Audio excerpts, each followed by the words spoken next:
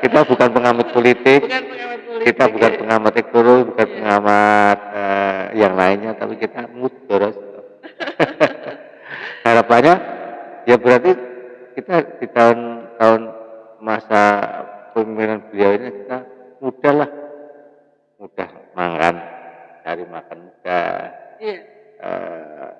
cari BBM mudah, kan itu orang fasilitas dan cara prasarana juga mudah ya, Mbak. Sekolah gitu aja. Bismillahirrahmanirrahim. Assalamualaikum warahmatullahi wabarakatuh. Welcome back to Cerdas Corner Podcast. Masih ngobrol asik bersama Fatma dan saya sendiri Miko. Kita sudah lama tidak berjumpa bersua, ini cukup lama Mbak Fatma. Yeah. Sekarang saya undang ke sini lagi Mbak Fatma. Mudah-mudahan nextnya ada waktu terus kita ngobrol di sana ya. Seperti biasa kita minum dulu. Ini persembahan dari Cerdas Corner and Teka Tukuh. Bismillahirrahmanirrahim.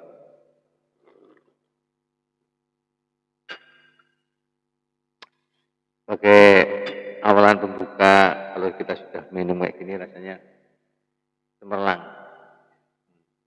Ini akan mengalir nanti Pak. Jadi sekarang kita ngikutin perkembangan yang terkini saja nih ya, bahwa sekarang itu banyak setelah kita lama tidak ngobrol itu banyak sekali peristiwa di negeri ini Pak, pergantian pemimpinan. Sekarang kan presidennya sudah ganti nih. Bapak Prabowo. Mudah-mudahan yang lebih bagus sih. Ya harapannya lebih bagus kayaknya sih. Ya. Nah, senangnya kalau dia ngobrol di with speak Englishnya tuh ya kan? Bukan tidak gagap lah.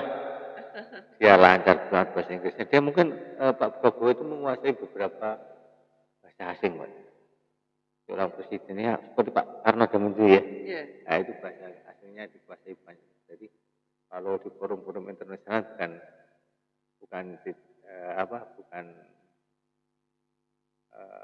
bukan hal yang dijadikan momok kalau bahasa Inggris karena memang Pak Prabowo jago bahasa Inggris. Nah tapi ini ada beberapa yang kita amati Pak. Cuma sekarang itu malah justru yang jadi berita ramai itu Pak Jokowi dimasukkan sebagai nominasi pemimpin terkorup lah ini ya. Sementara kita sudah senang ya negara kita sudah ada Pak Prabowo dengan kepemimpinan baru ya, mungkin ada beberapa yang mungkin berbeda ya, tapi ini yang jelas Pak Prabowo sebetulnya lebih tepat. Jangan sampai ada kan ramai nih Pak. Kemarin tuh sampai dibilang Pak pengamat politik mengatakan jangan-jangan ada dua matahari apa namanya, matahari kembar. Nah, karena setelah pelantikan itu menteri dilantik, banyak menteri yang datang ke Solo Pak. Jadi Pak menteri-menteri itu datang ke tempatnya Pak Jokowi.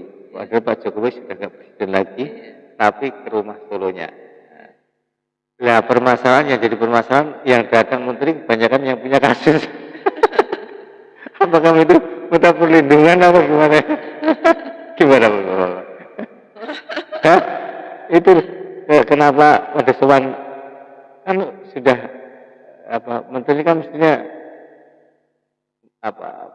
mantan menteri mantan presiden masih di silaturahim atau gimana sih Pak?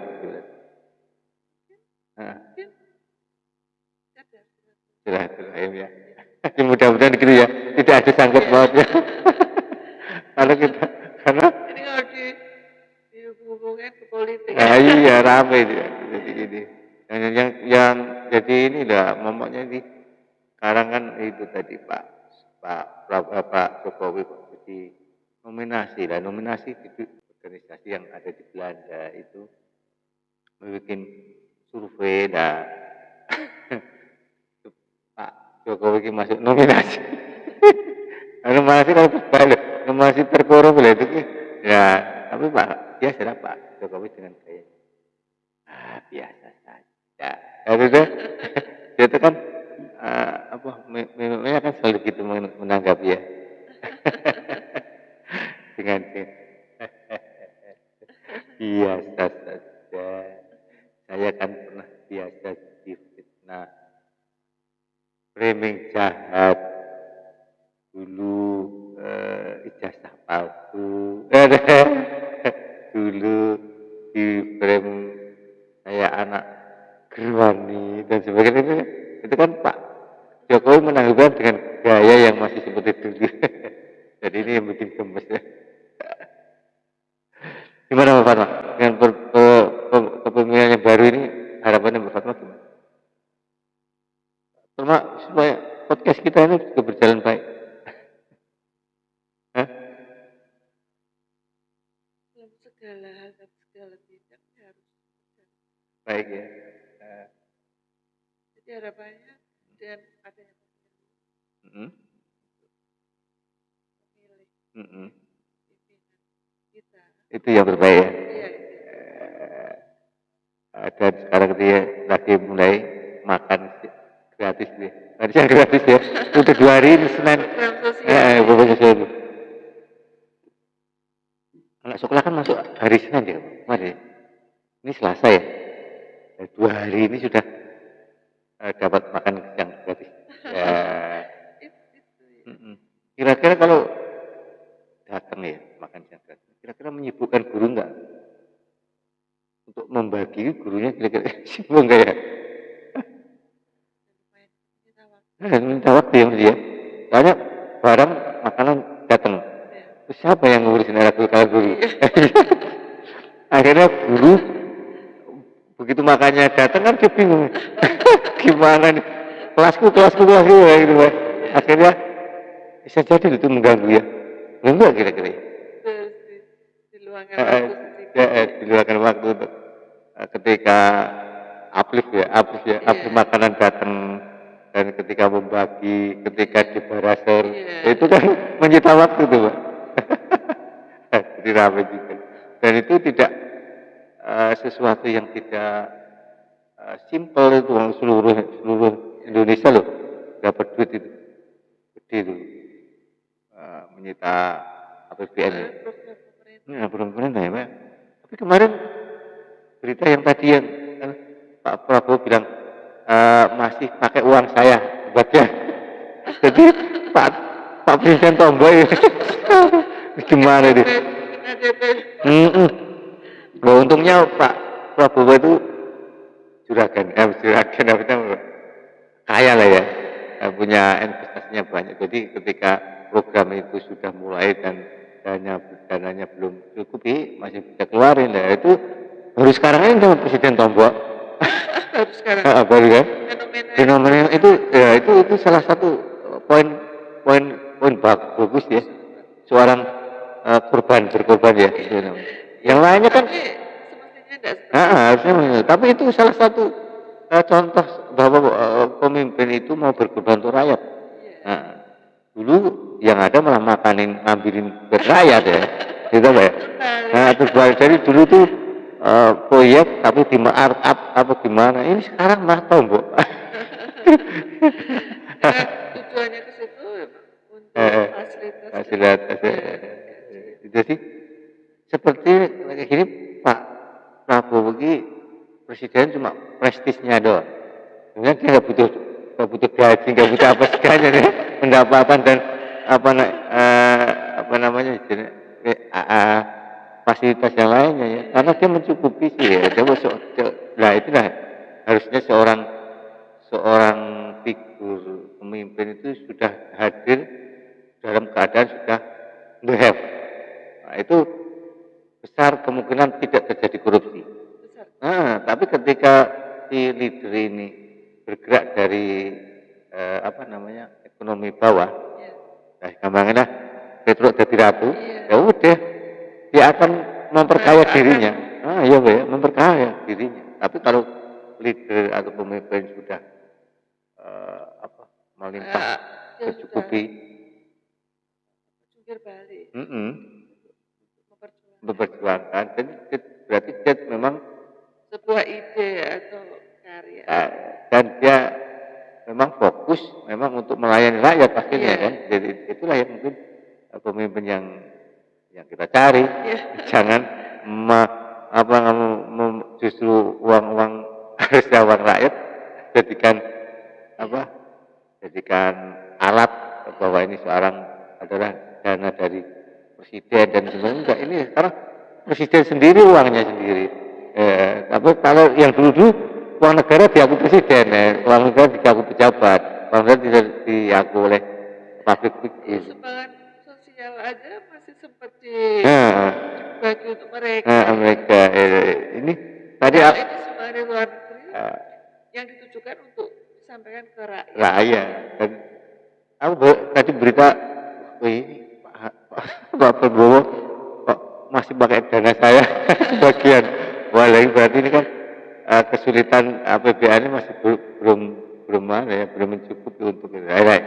Persoalannya ini program ini kan selama menjabat ini kan setiap hari itu masih makan itu. Gede ya, setiap hari gede. Dan seluruh SD, TK, SMP, SMA juga. Luar biasa. Ya, Pak. Mudah-mudahan Pak Prabowo sehat lah. Ya, Mbak. Iya. Kita doakan beliaunya sehat sampai akhir nanti programnya berjalan. Iya. Dan tidak terjadi matahari kembar tadi yang ditakutkan tadi. Jadi seolah-olah mantan presiden yang dulu itu masih bersinar, mengiringi sinarnya Pak Prabowo lah, ini yang kita takutkan kan. Nah, janganlah ya. Nah, kemarin tuh gitu siapa? Effendi Ghazali ya, Effendi Ghazali itu aman. Ini kok pada menteri-menteri ya diangkat kok pada ke Solo, asuhan ke Solo ngapain ada deh. Ini nanti seperti ada matahari kembar jadinya. Kan sudah selesai masa kepemimpinan beliau dan dia mau mandi tol di Solo lah ya. Ya udahlah, kita sekarang fokusnya pemimpinnya baru. Itu. Kita setiap awalan lagi waktunya ya. Kita terima kasih teman-teman. Ini sebagai awalan lagi kita untuk rutin ngobrol.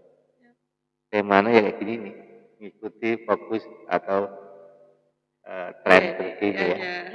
Hanya otherwise kan kita istilahnya mudoroso.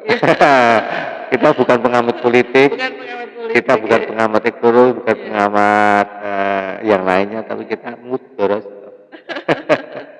Harapannya ya berarti kita di tahun masa pemimpinan beliau ini kita mudah makan, cari makan mudah, cari BBM mudah, kan itu orang fasilitas dan cara prasarana juga mudah ya Mbak ya. Sekolah itu aja harapan kita. Ya Mbak ya. Ada pesan untuk teman-teman Mbak? Pesannya apa buat teman-teman tuh? Memang yang teman-teman itu yang di sini, yang di depan ini. Apa itu Mbak? Semangat apa gimana lah? Disemangatin aja mereka supaya bisa eksis jadi asisten sorot menata untuk syuting. Dan podcast ini masih berjalan terus ya. Harapannya begitu. Kita aja ya.